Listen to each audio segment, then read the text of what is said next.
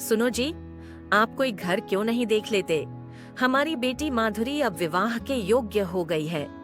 हमें उसकी शादी तो करनी ही है, तो कोई अच्छा सा लड़का देखकर उसकी शादी कर देंगे और हम भी अपनी गृहस्थी से सुखी हो जाएंगे। हाँ, तुम कह तो सही रही हो, लेकिन हमारी बेटी माधुरी अभी छोटी है। उसकी उम्र ही क्या है, और अभी तो वो पढ़ रही है। पर उसकी शादी की बात तो ठीक है, हमें आज नहीं तो कल उसकी शादी तो करनी है। तो अभी मैं राजू के घर जा रहा हूँ। उसने मुझसे कहा था कि उसके दोस्त का लड़का है। तो ठीक है भाग्यवान, मैं चलता हूँ। और सुनो, लड़का अच्छा सा देख कर आना, ताकि कोई कुछ कहे ना। क्या हुआ सूरज, तुम बड़ी सुबह सुबह घूमने जा रहे हो? वैसे तुम कहीं जाते नहीं हो, क्या कोई बात है जो तुम इतनी चिंता में हो? अरे कोई खास बात नहीं है। मेरी पत्नी रजनी बोल रही थी कि माधुरी बिटिया की शादी कर दो, तो मैंने सोचा कि तुमसे बात की जाए। वो मेरे दोस्त करण का लड़का है, मैं आज उसी के घर जा रहा हूं, लेकिन अब मैं उससे शादी की भी बात कर लूंगा। तो ठीक है सूरज, मैं अब चलता हूं।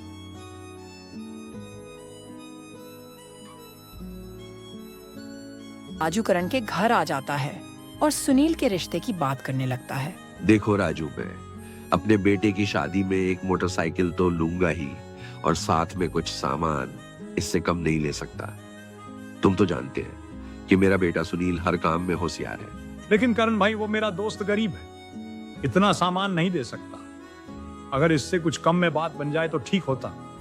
मैं मानता हूं कि वो तुम्हारा अच्छा दोस्त है, पर मैं भी तो कुछ मांगूंगा ताकि मेरे बेटे को कुछ सुख मिल सके। ये चलो कोई बात नहीं, मैं अब चलता हूं। अब मैं तुम्हें फोन करके बता दूंगा। इतना कहकर राजू अपने घर आता है। तो रजनी भाभी, लड़के वालों ने कुछ सामान तय किया है।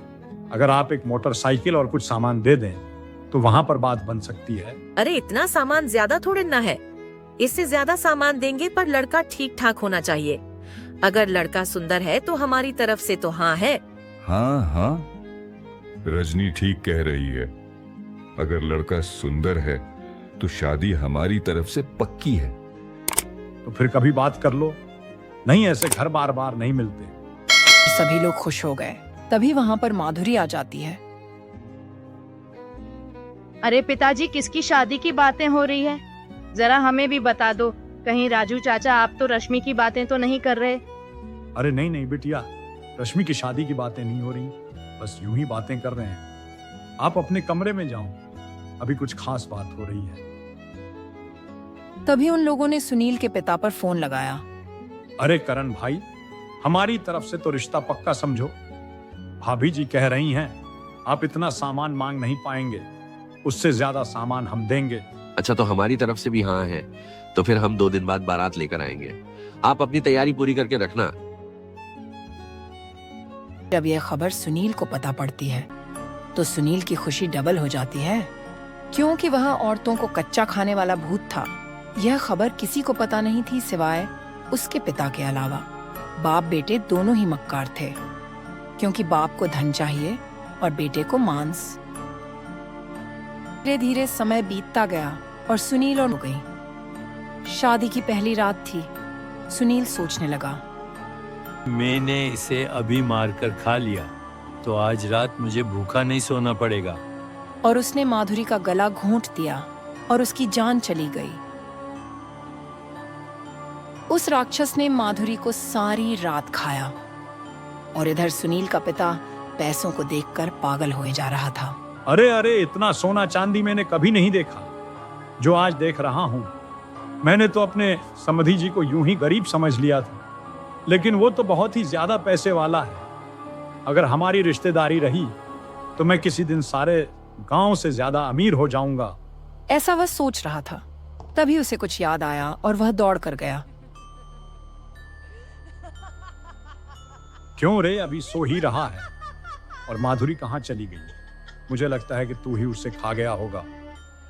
अब क्या होगा? मैं अब पैसे वाला नहीं हो पाऊंगा। हे भगवान, ये तूने क्या किया? अरे पिताजी तुम चिंता मत करो, मेरे पास एक तरकीब है जिससे मैं उन लोगों को मूर्ख बना दूंगा। मैं उन पर अभी फोन लगाकर कह दूंगा कि तुम्हारी बिटिया माधुरी धोखेबाज है। तभी उसने अपना रूप बदला और उसने माधुरी के पिता पर फोन किया और बोला, अरे अंकल, माधुरी तो धोखेबाज है। वह मुझे छोड़कर कहीं दूसरे मर्द के साथ भाग गई है। अब मैं क्या करूं? मेरी तो सारे गांव में बेइज्जती होगी। लोग मुझसे कहेंगे कि तू अपनी पत्नी को एक रात भी नहीं रोक पाया। अरे सुनील बेटा, हमारी माधुरी ऐसी लड़की नहीं है। अगर वो तुम्हें ऐसी लगती है तो आज हम दोनों आपके घर आ रहे हैं। नहीं, वो लोग कह रहे हैं कि हमारी माधुरी बिटिया किसी दूसरे मर्द के साथ भाग गई है। छी छी, मुझे तो ये बात कहने में भी शर्म आ रही है। चलो रजनी, हम अभी उनके घर चलते हैं। अरे आइए समधी जी, बस आपका ही इंतजार था हमें। वो तो माधुरी बहू इसी खिड़की से कूदकर किसी के साथ भाग गई है। अगर यह खबर हमारे गांव वालों को मालूम पड़ेगी तो हमारी तो थू थू हो जाएगी। पिताजी कुछ कीजिए, हम बस आपके ही भरोसे हैं। अगर आपकी कोई दूसरी बेटी होती तो हम उससे शादी कर लेते। मैं मानता हूं मेरी बेटी ने बहुत ही गलत काम किया है, इसके लिए मैं शर्मिंदा हूं। लेकिन मैं सोच रहा हूं मेरी माधुरी ऐसा कैसे कर सकती है। मैं यह सोच सोच कर परेशान हूं। अरे लड़कियों का कोई भरोसा नहीं होता है, पता नहीं क्या कर बैठे। मैं एक बात कहना चाहती हूँ, अगर आप सभी को बुरा न लगे तो बात यह है कि मैं सुनील से शादी कर लूं तो कैसा रहेगा। गांव वालों को भी नहीं पता पड़ेगा कि तुम्हारी बहू नहीं है। और जब से मैंने सुनील को देखा है मुझे कुछ हो गया है। मैंने तो फैसला कर लिया है कि मैं यहाँ से नहीं जाऊंगी। अरे क्या कर रही हो रजनी? ये तुम्हारा दामाद है कि आशिक, और तुम्हारी हिम्मत कैसे हुई ऐसी बातें करते हुए? तू बोल कैसे रहा है? अगर तू ज्यादा बोला ना तो तेरी खैर नहीं। चलो यहाँ से भाग। हाँ हाँ, रजनी ठीक कह रही। अगर तू ज्यादा बोला तो यहाँ से पिटकर जाएगा। और रही बात गहनों की, अगर तेरे घर में और हो तो यहाँ लेकर आ जाना, तभी तेरी जिंदगी बचेगी, नहीं तो तू जान से जाएगा। क्यों रे, मेरे को धमकी दे रहा है? तू ये मत भूल मैं तेरे बाप हूं, और तूने कहीं मेरी माधुरी को मार तो नहीं दिया है। अगर ऐसा है तो तू भी नहीं बचेगा। मैं यहाँ से जा तो रहा हूँ, पर तुझे मैं छोड़ूंगा नहीं। सूरज अपने मन में बहुत ही दुखी था। अब चाहकर भी कुछ नहीं कर सकता था। अरे वो सूरज का बच्चा नहीं आया। अगर वो नहीं आया तो मेरे गहनों का क्या होगा?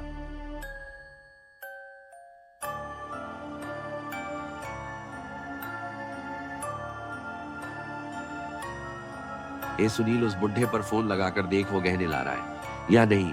मैं तो सोच सोच कर पागल होए जा रहा हूँ। पिताजी, वो सूरज का बच्चा फोन नहीं उठा रहा है। अब क्या करें? मुझे तो ऐसा लगता है कि वो हमारे पास अब नहीं आएगा, और मुझे भी बहुत जोरों की भूख लगी है।